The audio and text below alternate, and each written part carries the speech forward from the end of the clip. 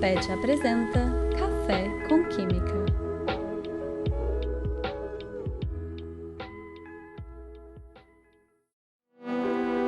Olá pessoal, sejam bem-vindos ao podcast Café com Química. Eu sou Luísa Pedrosa, estudante de Engenharia Química e integrante do grupo PET Química, e estou aqui acompanhada hoje do também integrante Vinícius Neibert, aluno de Engenharia Química. Hoje teremos uma conversa muito especial com a ex-petiana Mariana Esper Pinheiro, graduada em Engenharia Química pela Universidade de Brasília. Seja muito bem-vinda, Mariana, é um prazer ter você aqui conosco. Muito obrigada, Luísa, muito obrigada, Vinícius. Então, eu agradeço muito o convite de vocês para estar aqui no podcast, que é sempre um prazer contribuir com o PET Química. Para começar aqui a nossa conversa, a gente queria saber o que te fez escolher a Engenharia Química. Então, foi uma história até interessante. Eu estava pesquisando a respeito do curso de Engenharia Química, estava em dúvida se eu faria Engenharia ou se eu faria Química, bacharelado, e pesquisando um pouco na internet a respeito do mercado de trabalho da Engenharia Química, eu vi uma reportagem falando que o mercado de trabalho tinha mais interesse por homens engenheiros químicos do que por mulheres, porque, de acordo com eles, os homens tinham mais facilidade para lidar com o chão de fábrica, com as pessoas no chão de fábrica. Eu, revoltada, resolvi falar, não vai ser assim. E sempre fui muito confiante nessa questão de eu sou o suficiente para fazer o que eu quiser. Então, vou fazer Engenharia Química só para provar que eu também consigo controlar um chão de fábrica da mesma forma como um homem. E aí foi nesse dia que eu decidi que eu faria Engenharia Química e não Química bacharelado. Muito legal. Nós que estamos na graduação sabemos que esse pode ser um momento difícil na vida de muitos estudantes. Você poderia compartilhar um pouco sobre alguma dificuldade que tenha passado e como você fez para superar esse desafio? Eu acho que a primeira dificuldade que a gente passa quando a gente entra na faculdade é entender o que é a faculdade. Que a gente sai daquele ritmo de ensino médio, onde a gente tem que sentar a bunda na cadeira, olhar pro cara do professor, anotar tudo que o professor fala e o professor tá ali dando o máximo de si para poder passar aquele conteúdo pra gente. A gente chega na faculdade, a gente tem uma quebra muito grande. Até a gente entender que o professor não necessariamente vai fazer tudo o que ele gostaria, tudo que a gente gostaria que ele fizesse para o nosso aprendizado e que depende muito mais da gente. Eu tive uma grande dificuldade porque eu nunca estudei no ensino médio. Eu era tida como uma aluna inteligente, mas é porque eu simplesmente participava das aulas e aquilo era para mim suficiente para poder passar em todas as disciplinas. Então, acho que a minha maior dificuldade foi aprender a estudar. Nunca vou esquecer de um dia que eu estava estudando para Física 3, que eu sempre tive muita dificuldade na parte de elétrica, né? Então, eu tava estudando pra Física 3 no meu quarto. A minha mãe entrou no quarto, viu que eu tava estudando, fechou a porta do quarto. Deu uma meia hora, ela voltou, viu que eu tava estudando, fechou a porta.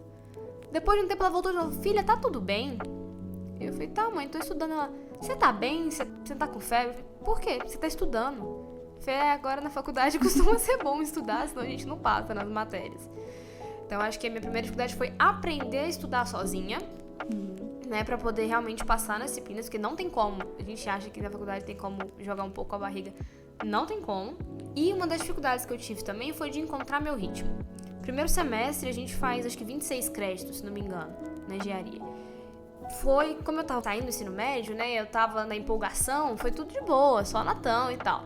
No segundo semestre, eu peguei 22 créditos. Eu reprovei 2 disciplinas, pegando 22 créditos. A partir daí, eu não peguei menos de 28 créditos e descobri que quanto mais créditos eu pegava, melhor era pra mim. Aquela famosa expressão, carro apertado que canta, né? No meu caso, funcionava, mas em compensação, eu via que outros colegas precisavam de menos disciplinas, né? Assim, o ideal pra eles era pegar menos disciplinas por semestre pra poder se dedicar mais. Então, assim, acho que a minha primeira dificuldade foi encontrar o meu ritmo de estudo e entender como fazer para funcionar aquilo dentro da universidade, visto que o meu ritmo era completamente diferente durante o ensino médio e durante todo o período anterior à graduação. Uma outra coisa que eu também tive problemas, assim, mas que eu consegui superar, foi de entender o meu local, entender a minha posição no local universidade. Tem muita gente que entra na graduação de um jeito, sai da mesma forma e não tenta ver problemas dentro da universidade, porque em todo local tem. Amo a Universidade de Brasília, tenho um amor gigante por esse local.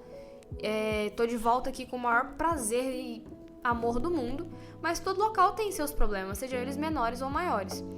E eu acho que como aluna, como uma pessoa que quer fazer diferença no meio onde tá, a gente tem que se dedicar a fazer essas mudanças. A gente não pode ser a mesma pessoa que a gente entrou, a gente não pode sair sem ter feito a diferença em nada. E eu percebia uma certa falta de entusiasmo nos alunos em fazer algum tipo de diferença. Então foi um problema que eu encontrei, que eu falei assim, nossa gente, temos um problema, como que vai resolver? Ah, não, é assim mesmo. Ah, não, funciona assim. Ah, não, sempre foi assim. Então, assim, pra mim, isso foi uma dificuldade, porque eu sempre fui o tipo de pessoa que quer fazer alguma diferença, né? Então, por isso que eu até me engajei bastante aqui em alguns aspectos da universidade. Mas eu acho que quem tem esse propósito, a universidade oferece inúmeras oportunidades para você melhorar o seu ambiente, que é a universidade. E para os alunos que não têm tanto engajamento assim, cujo objetivo da graduação é só realmente fazer a graduação e fazer a diferença depois, a universidade também te proporciona isso. Não tem problema algum você vir fazer a graduação, não participar de nada e sair. Você pode fazer a diferença lá na frente, entendeu? Com o conhecimento que você adquiriu aqui. Às vezes a universidade realmente é só uma passagem sua, né? Mas eu acho que foi isso, assim, a graduação foi um momento muito bom. Mas acho que as maiores dificuldades que eu tive foi de encontrar a minha posição aqui dentro, né? E meu ritmo de estudo. Como fazer pra fazer isso aqui funcionar. O que você falou do ritmo de estudo é muito interessante, porque eu também senti isso quando eu entrei na universidade. Eu queria saber se você usou algum método específico ou algum aplicativo, alguma coisa para te ajudar a encontrar esse ritmo. Não, foi na tentativa e erro. Uma coisa que eu percebi, e até fui diagnosticada depois, recentemente, que eu tenho um nível leve de TDAH, e eu percebi que a música sempre me ajudou a concentrar. Em questão de ritmo de estudo, acho que a música me fazia focar, eu só estudava de fone, e o melhor método que eu sempre tive para aprender as coisas foi ensinar. Então, eu anotava tudo que eu podia tirar de proveito da aula, prestava atenção quando eu não estava morrendo de sono, que acontece na universidade, a gente não se culpem, porque a gente às vezes trabalha, faz um milhão de coisas e quer dormir na aula, mas não faça isso em todas as aulas. Mas a gente tenta pegar tudo do professor, às vezes não é o suficiente, então você tem que buscar outros meios, mas o meu método, acho que de passar o conhecimento até explicar, eu acho que era o método que eu mais aprendia. Porque ao tentar explicar, eu tinha que entender. Pra você explicar uma coisa, você tem que saber o que você tá explicando. Então, pra eu explicar, eu tenho que aprender. E aí, eu acho que isso foi uma das coisas que me fez gravar mais. Eu tinha os meus colegas, então a gente tinha grupos de estudo. O pessoal da turma, a gente estudava junto. Então, eu tentava explicar a matéria pra todo mundo. Assim, eu conseguia, me forçava a entender pra poder explicar pros outros. Né? Mas questão de método, eu sei que existem algumas técnicas, mas eu nunca usei. Eu usava a música quando eu tava sozinha, pra me concentrar. E em grupo eu tentava explicar a matéria para ver se eu tinha entendido. Bacana. Se você pudesse dar uma dica para os alunos que estão agora passando aí pela graduação, que dica você daria? Não fiquem sozinhos. Porque nós somos seres humanos e nós somos seres que vivem em comunidade. E a comunidade ajuda muito a gente. Então, assim, em momentos legais você tem com quem compartilhar a sua felicidade, que eu acho que até aumenta. E em momentos difíceis você tem uma rede de apoio, você tem um suporte. Seja um amigo, sejam vários amigos. Não fiquem sozinhos na graduação. Procurem atividades para vocês participarem e conhecer pessoas. Façam parte, por exemplo, do PET Química ou de qualquer outra atividade de extensão, de pesquisa que a universidade proporcionar. Além de não ficarem sozinhos, terem essa rede de apoio, seja para momentos felizes ou ruins, participem das oportunidades que a universidade te oferece. A Universidade de Brasília, na minha opinião, não conheço tantos projetos de outras universidades, mas falando da nossa universidade específica, é uma universidade que te oferece 1001 oportunidades. Se você está fazendo um curso, mas gostaria de aprender alguma coisa sobre outro curso, você pode. Se você quer, por exemplo, eu sou da engenharia, mas na graduação inteira eu participei de projetos na área de ensino. Eu sou da engenharia, mas eu participava de outras coisas. Eu cheguei a fazer matéria nas ciências agrárias, né, na agronomia. Então, assim, aproveitem tudo que a universidade pode te proporcionar. Seja na área de pesquisa, seja na área de ensino, seja na área de extensão. Aproveite, porque isso faz muita diferença. Às vezes a gente pensa, não, tô aqui pra estudar, só pra fazer meu curso. Cara, aproveite, porque muitas das coisas que eu aprendi, que eu uso, né, hoje no mercado de trabalho, eu não aprendi na sala de aula. Eu aprendi na convivência, na comunidade, lidando com as pessoas e participando de todos os projetos que a universidade pôde me proporcionar. Fosse o PET, fosse a extensão, fosse o PIBIC, né, a parte de iniciação científica. Então, acho que essas são as minhas dicas. Não fiquem sozinhos e aproveitem ao máximo a universidade. Nós sabemos que durante a graduação você foi representante discente do colegiado. Você poderia falar um pouco sobre como foi assumir esse cargo e como você chegou nele? Como representante discente do colegiado, eu cheguei nesse cargo por uma escadinha. Eu comecei no centro acadêmico como tesoureira, na primeira gestão, do CAEC Integração. Depois eu passei para presidente do centro acadêmico. E depois, pouquíssimo antes da pandemia, né, no início do semestre de 2020/1, eu entrei para representante discente e assumi esse cargo. Como eu falei, essa questão de aproveitar as oportunidades e querer fazer a diferença, foi isso que me fez chegar aqui. Eu via vários problemas na gestão do centro acadêmico que eu gostaria de melhorar.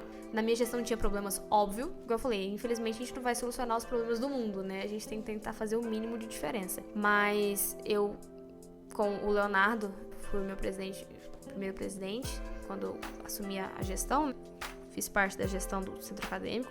A gente fez muita coisa, como a gente podia no CA.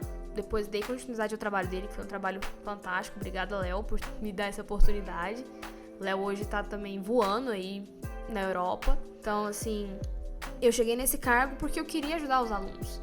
No centro acadêmico eu podia fazer um pouco. Tudo que eu podia fazer como centro acadêmico eu fiz. E eu vi que eu tinha a oportunidade de fazer mais ainda como representante discente. E aí foi aí que eu assumi, junto com a Mariana Moutinho. Na época ela era do bacharelado de Química, aqui do IQ também. E assim, foi uma oportunidade muito legal porque eu pude lutar mais diretamente pelos alunos, sabe?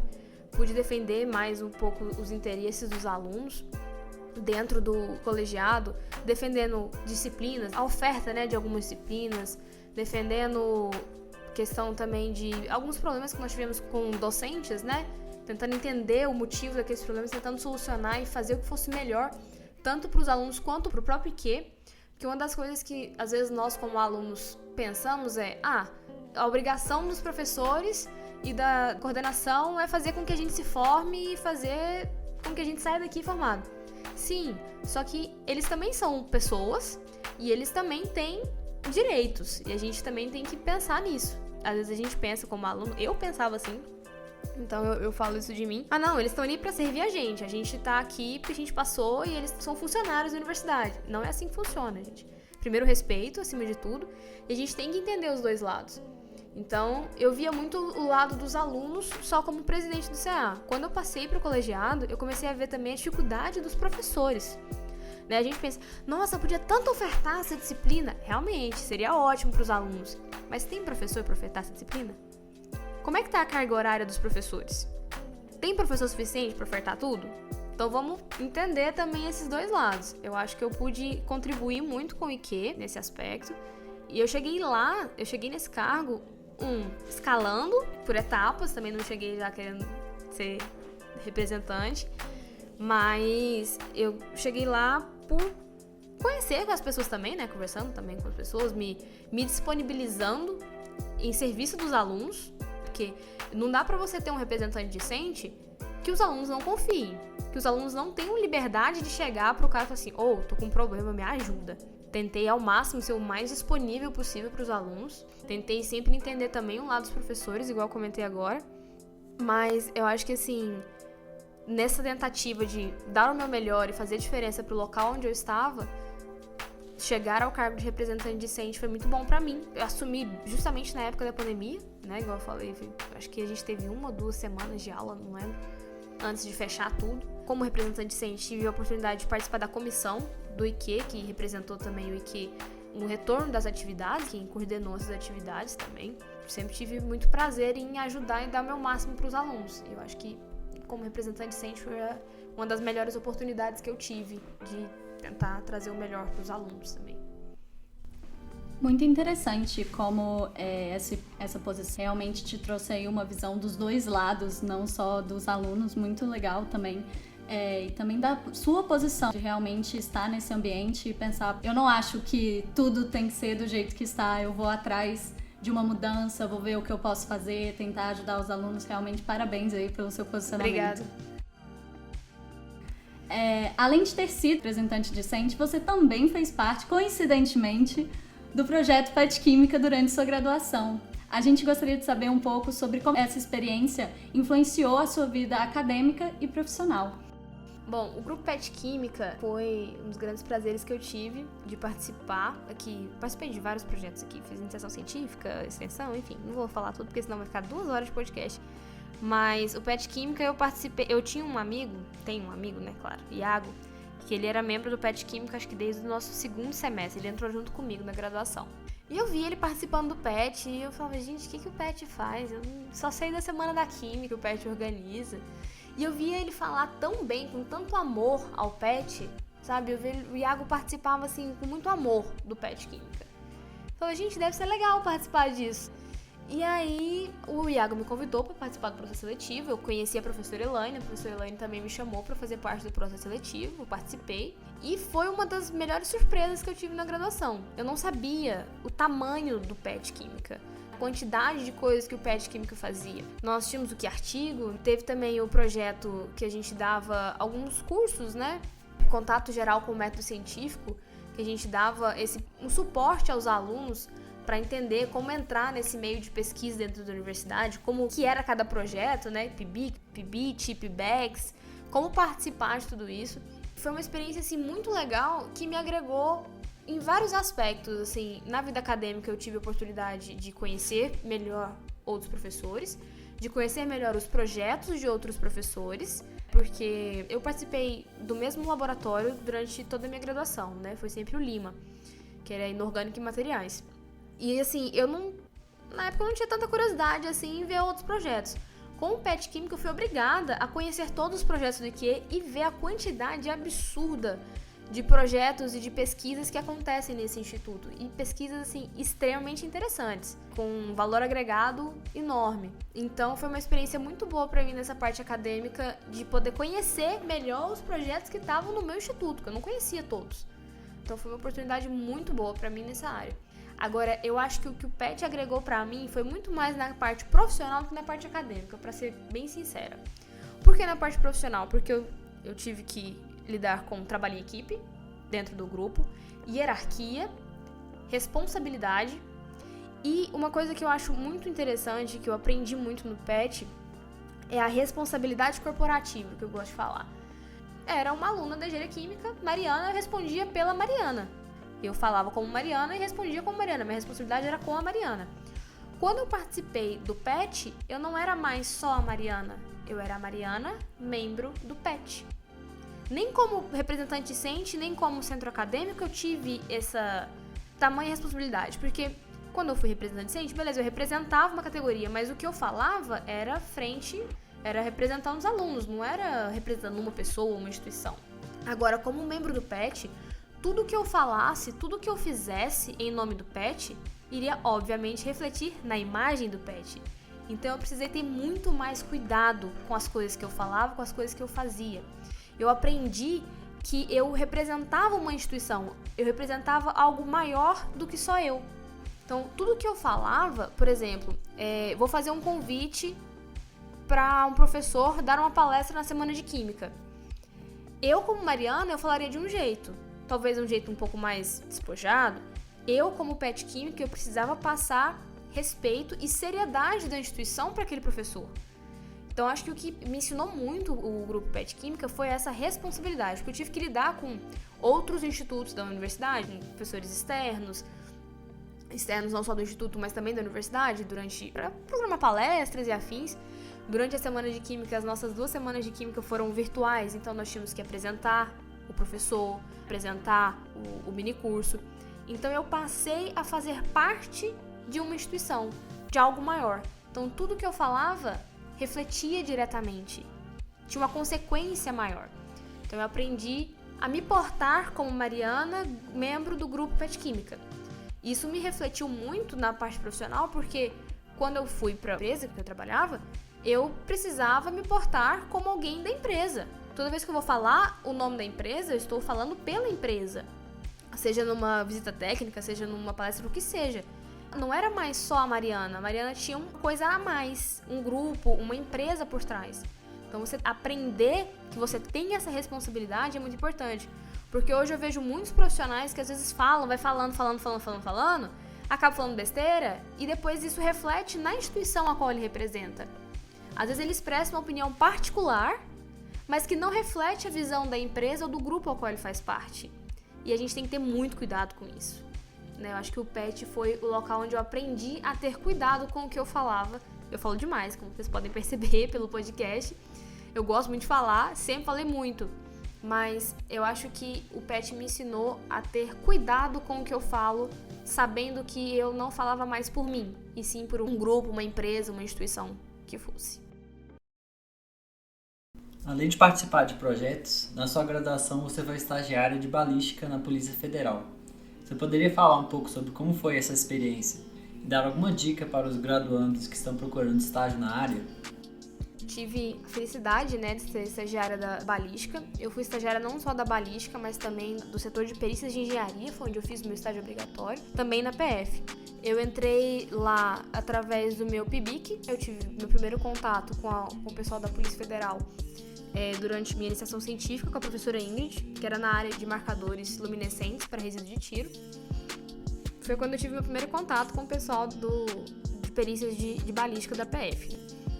E assim, foi uma experiência muito boa, porque foi minha primeira experiência onde eu vi que o meu conhecimento acadêmico era nada frente ao que eu precisava no mercado de trabalho. Eu sabia resolver uma integral? Sim. Eu sabia qualquer coisa de termodinâmica? Sim. Mas como que eu vou aplicar isso?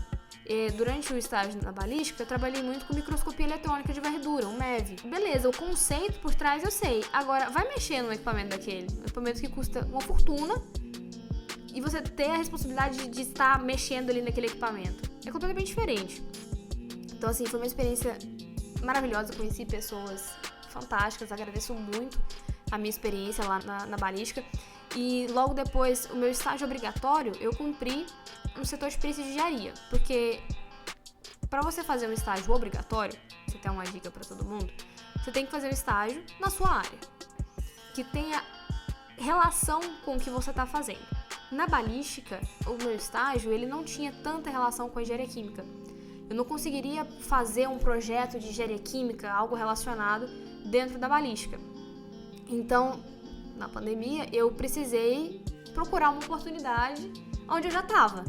E aí eu consegui a possibilidade de ir pro setor de perícias de engenharia da Polícia Federal. Eles tinham recém-inaugurado o laboratório de perícias de asfalto, solo e asfalto. E eles precisavam de alguém para montar os procedimentos, para entender, pegar a base nacional ali de dados de experimentos, que hoje o pessoal segue muito o Denatran, o DER, na parte de asfalto, de solos, e tentar implementar aquilo dentro do laboratório. Então, o meu estágio na Polícia Federal, o meu estágio obrigatório, que foi lá no setor de perícia de engenharia, eu fiz os procedimentos operacionais de análise de solo e asfalto da Polícia Federal. Então, assim, foi onde eu consegui implementar os meus conhecimentos de engenharia química para contribuir com o pessoal. Eu lembro muito bem de montar alguns experimentos, montar alguns equipamentos, algumas vidrarias de laboratório. O pessoal da engenharia lá, os peritos são todos da engenharia civil, eles entravam no laboratório e falavam, gente, o que essa doida tá fazendo nesse laboratório? Porque eles não tinham experiência com essa parte de laboratório. Tanto que o laboratório ficou meio parado ali antes de eu entrar. Então eu tive a oportunidade de ajudar a elaborar a lista de vidrarias e equipamentos para compra, para fazer a licitação, para fazer o pregão depois, para comprar os equipamentos. Tive a oportunidade, igual eu falei, de montar os procedimentos operacionais padrão lá da PF para análise de solo e asfalto. E assim, o que me levou para a empresa logo depois foi o meu estágio, porque foi graças ao conhecimento que o pessoal da PF tinha sobre mim, sobre o meu trabalho. Eles levaram o meu currículo para essa outra empresa, foram fazer uma visita técnica dessa empresa e acabaram levando o meu currículo para lá. Então, assim, eu acho que o estágio é o seu pontapé. Não faça um estágio qualquer. É difícil fazer estágio na engenharia química aqui em Brasília? O mercado é mínimo, cara. Infelizmente, a gente tem pouquíssimas oportunidades.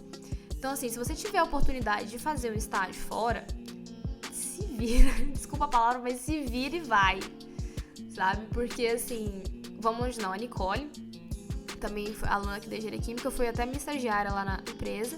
Eu admirava muito, tava conversando com o pessoal hoje, eu admirava muito a Nicole porque ela fazia matéria aqui em Brasília e trabalhava em Paracatu no estágio. Hoje ela foi contratada, tanto ela quanto o José Felipe também, daqui da turma dela, foi pra lá também. Então, assim, faça um estágio numa empresa que você gostaria de continuar, porque quem vai te colocar no mercado de trabalho é o seu estágio. Seja diretamente, é você trabalhando, continuando na empresa onde você fazia estágio, seja indiretamente, a sua empresa te indicando, o local onde você fez estágio te indicando para um outro lugar, te dando o pontapé. Então, faça um estágio num lugar que você gostaria de ficar ou que você sabe que vai te servir de trampolim. Ah, Mariana, mas o estágio é longe, por exemplo, estágio na Geonex, lá no interior de Goiás. Cara, dá um jeito. Quem quer dá um jeito. Tem pensão, enfim, dá pra ir. Vai e faz. Ah, Mariana, não tenho condição financeira. Vaquinha, não sei. A gente tem que dar um jeito. Por que eu falo isso? Ah, Mariana, você não tá considerando todo mundo. Tem gente que não tem condição de sair de Brasília. De fato.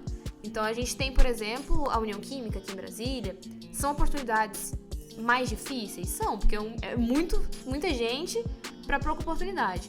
Então, quem tiver a oportunidade de sair, vai. Mas foque muito em fazer um estágio no local onde você gostaria de continuar trabalhando ou em algo que vai ser o seu trampolim. Porque, às vezes eu pensava, fazer um estágio qualquer aqui, em qualquer lugar, e depois eu me viro. É muito difícil.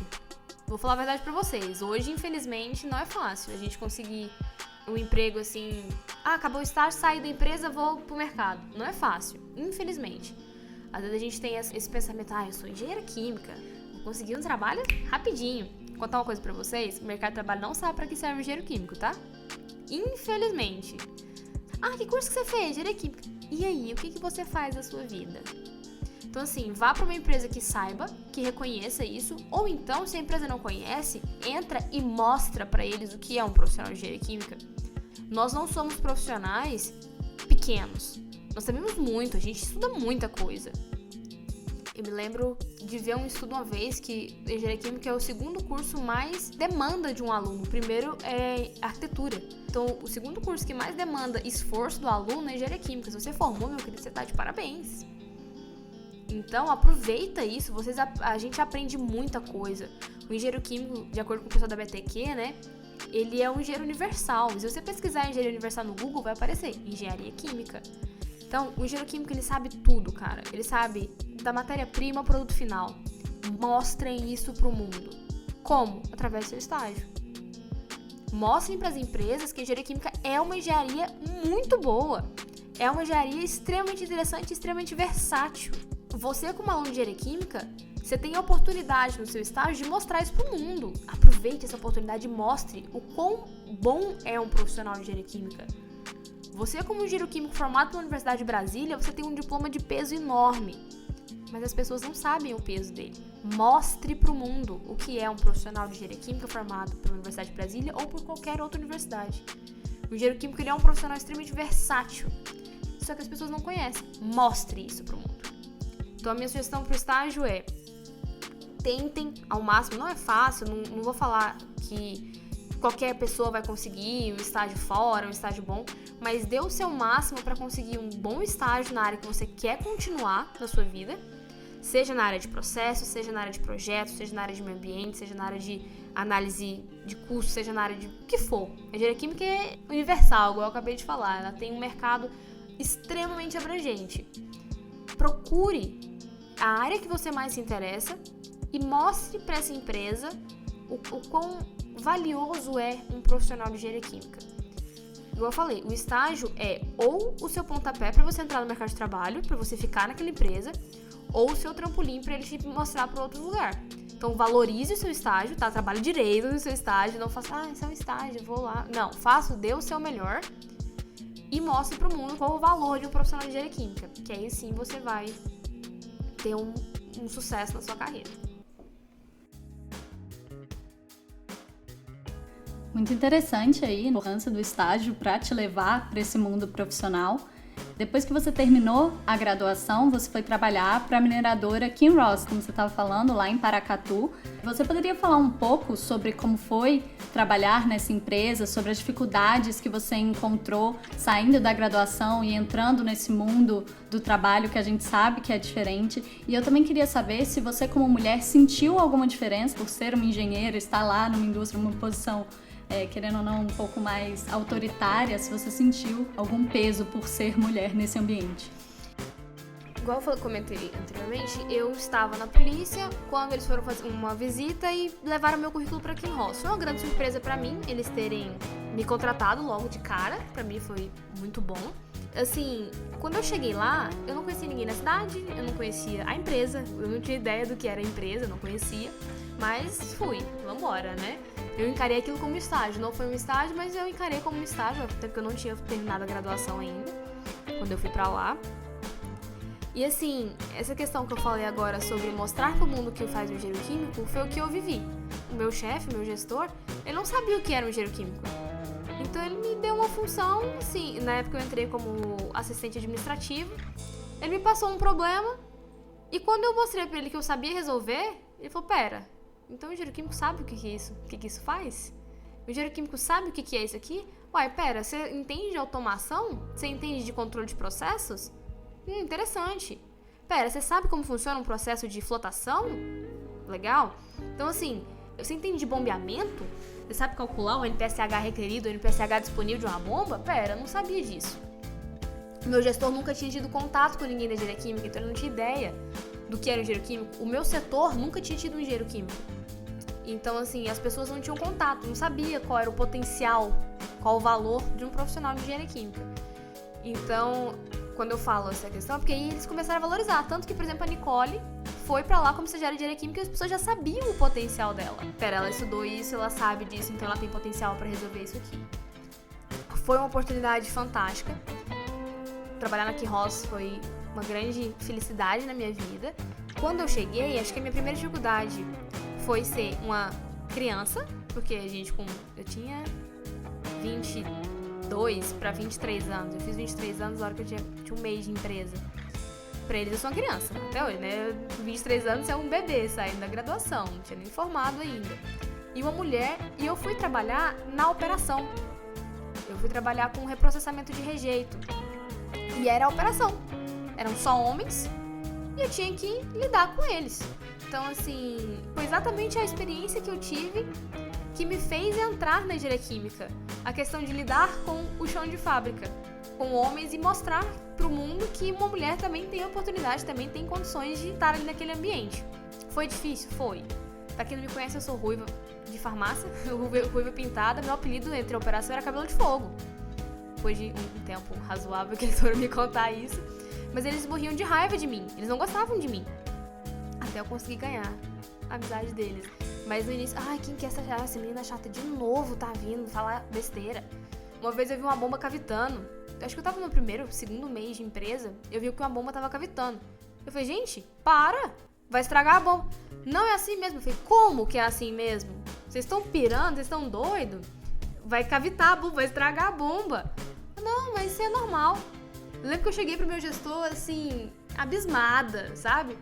Aí meu gestor falou assim, não, mas isso é normal. Eu falei, vai estragar a bomba. Não deu outra, a bomba estragou.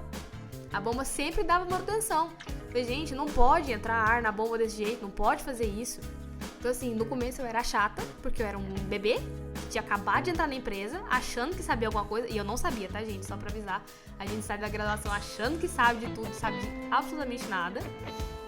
Mas esse contato com a operação, pessoas que eu nunca tinha visto, não tinha a menor ideia de onde vinham, pra onde iam, homens todos e homens mais brutos.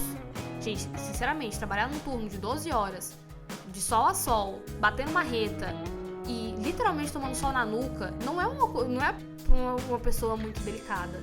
Entendeu? Eu tô falando que é pra mim, não. Tô falando assim, que o pessoal que tá lá, a natureza deles é mais bruta. E eu cheguei uma menininha. É claro que eu não ia ser bem recebida. Então eu tive que dar meu jeito. Na conversa ali, no dia a dia, falando, oi, tudo bom? A gente vai ganhando as pessoas na convivência. Mas quando eu cheguei, o fato de ser mulher, o fato de ser uma menina, uma criança, chegando ali e querendo mandar alguma coisa na operação, tadinha de mim. Tadinha de mim mesmo. Eu era muito tupete alto e, enfim. Mas eu consegui lidar com isso depois. Mas assim, eu mostrei pra eles o que um engenheiro químico poderia fazer, qual é o potencial de um engenheiro químico, que eles não tinham ideia. Pra vocês terem noção, a empresa de funcionários próprios, na época tinha 1.600 funcionários. Além de mim, eles tinham um engenheiro químico. Só mais um engenheiro químico formado que nem atuava como engenheiro químico. Aí depois entrou mais alguns. Então assim, a empresa não sabia o que era um engenheiro químico, não sabia o potencial que poderia colocar ali. O fato de ser mulher me colocou um pouco de empecilho no começo. Porque depois também, pra eles era a mesma coisa, sabe? Eu mostrei pra eles que o fato de ser mulher não fazia diferença. Se eu conhecia, se eu não conhecia, era uma questão de conhecimento acadêmico ou prático. E independia de ser mulher ou não. Eles me tratavam como uma pessoa muito delicada. Eu, pra quem me conhece, não sou nada delicada. Eu ia pro sol, eu ia pra operação, eu ficava, entendeu? Eu ia lá, o pessoal ia abrir bomba pra fazer manutenção, eu ficava do lado, falava, o que é isso aí? O que você tá fazendo aí? E eu acho que isso foi uma das coisas que me ajudou a ganhar a confiança deles, porque eu mostrei pra eles que eu realmente não entendia da parte prática, não tinha ideia. Eu vi uma bomba cavitária diferente de saber abrir uma bomba, fazer a manutenção pra resolver aquele problema. E aí eu fui atrás de empreender com eles. Ia fazer uma manutenção, eu ficava lá do lado. O que é isso? Isso é uma gacheta, filho. Que diachos é uma gacheta? Por que tem que trocar? Pra que serve? Tipo aquele Globo Repórter. Onde vivem? Pra onde vão? O que comem? E aí nisso eu comecei a ganhar a confiança do pessoal da operação. Foi ótimo. Para as duas partes, pra mim que aprendi muito e pra eles que puderam também ensinar e aprender comigo a parte mais técnica, um pouco mais. Mas assim, o fato de ser mulher rapidamente foi quebrado, esse empecilho, porque eu mostrei que eu era igual a eles. Na questão assim, que indifere ser homem ou mulher, o conhecimento a gente adquire na prática, a delicadeza depende da pessoa. Não é porque eu sou mulher que eu não consigo pegar uma chave ali pra ajudar os caras a fazer uma manutenção. Quero? Não. Mas não é que eu não consigo, é porque não cabe a mim naquele momento. E isso fez, felizmente, né, me fez mostrar pra eles entenderem que independe se eu sou homem, mulher ou não, a minha profissão tá ali pra ajudar. Eu tô ali pra dar suporte. Rapidamente eu ganhei a confiança deles, eles ganharam a minha confiança. Assim, eu passei a confiar na operação e eles passaram a confiar em mim. Passei a dar total suporte pra operação. E eles me tratavam como igual, o que pra mim era fantástico. Questão da posição, eu fui crescendo. Eu entrei como assistente administrativo, passei para analista, para depois passar para engenheira. Então, assim, o meu cargo me trouxe responsabilidades, mas não me trouxe autoridade.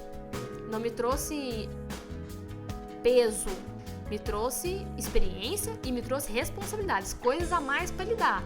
Mas não autoridade, eu sou engenheira aqui, eu vou mandar, eu vou fazer e vou acontecer. Não.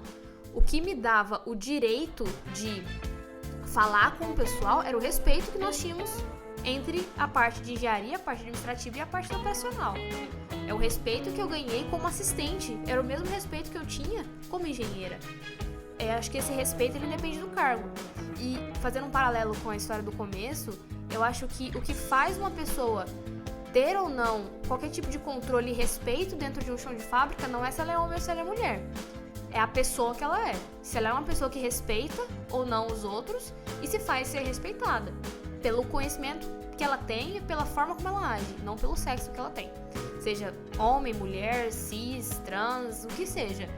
É a personalidade da pessoa, a ética e o respeito que a pessoa tem pelos outros que vai determinar se ela vai ser uma profissional bem-sucedida, se ela vai ter condições de gerir um chão de fábrica ou não. Muito legal aí, muito interessante. Só antes da gente ir para a próxima pergunta, eu queria fazer um comentário, porque eu achei muito engraçado eles te tratarem dessa forma delicada, terem essa percepção de você, porque quando eu te conheci no primeiro semestre lá, calorinha, a única coisa que eu me lembro de você era que sua foto de perfil era você carregando não sei que arma, que era uma escopeta. Então, assim, na minha cabeça é muito engraçado pensar que eles tinham uma percepção completamente diferente de quem você era aí nesse primeiro momento. Comentário sobre essa foto, eu tava com... Era uma 12, uma arma calibre 12, uma espingarda calibre 12 na minha foto de perfil. E pouco antes de eu ir pra lá, eu fiz um outro curso de tiro com meu pai. Minha foto de perfil era segurando um revólver. Uma pistola. E aí eu coloquei essa foto de perfil de propósito, porque todo mundo, quando acessava meu WhatsApp, olhava e tinha essa imagem que você tinha de mim. Pra cancelar essa imagem de pessoa delicada e falar assim, nossa, não é tão delicada igual eu pensei. Mas pra eles a delicadeza vinha do fato de ser mulher. Do fato de ser nova, tá acabando de chegar no local e ser mulher.